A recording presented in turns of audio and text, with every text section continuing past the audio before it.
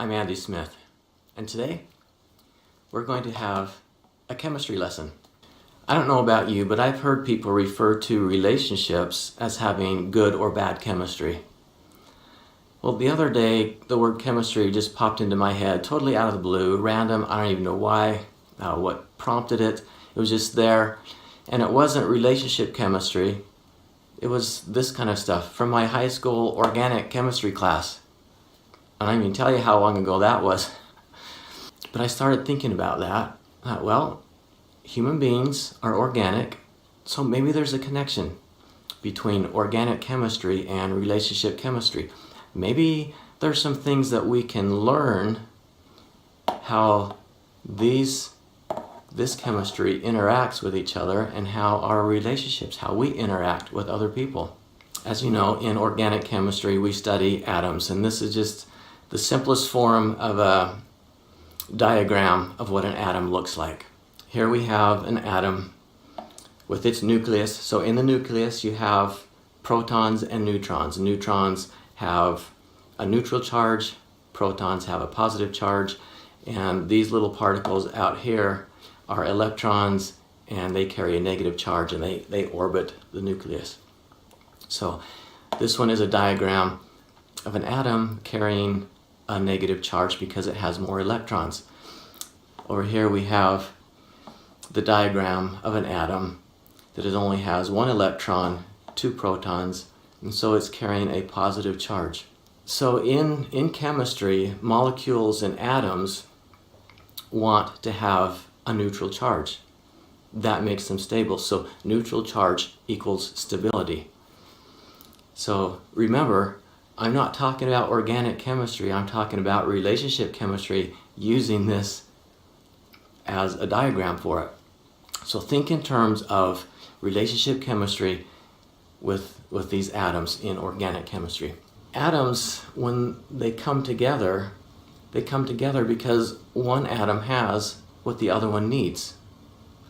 So it's a good fit. So think about this atom in its nucleus. So think about in your nucleus, you have all this positive stuff. Protons carry positive charge. Your positive is not being used because there's only one electron. So the positive charges need to be used to balance out the negative charges so that you have stability. So think of times in your relationships when the other person comes to you with their negative charge. I know you've experienced that. And sometimes we feel friction and contention. And if that's happening in your relationships, it's because you're trying to push away what they're trying to give you. You actually need that negative charge so that you can use this unfulfilled part in your nucleus. Don't let your nucleus hurt. It's unfulfilled. It needs to be used. You need all that positive stuff.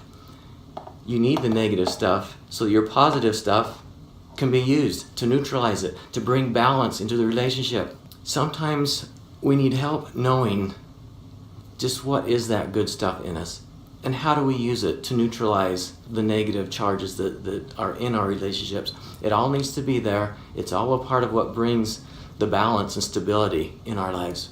So another component that I learned in my organic chemistry class is that atoms will form bonds to create molecules. And there's a lot of different ways that they form bonds, but one way is by sharing an electron. So like this atom has this extra electron, this atom is missing one, and so this one electron will actually get shared between the two atoms, and it will orbit both of them so that both of them have exactly what they need to bring balance and stability into this relationship. So what is really interesting to me is this, that this negative charge is actually the thing that keeps this unit together.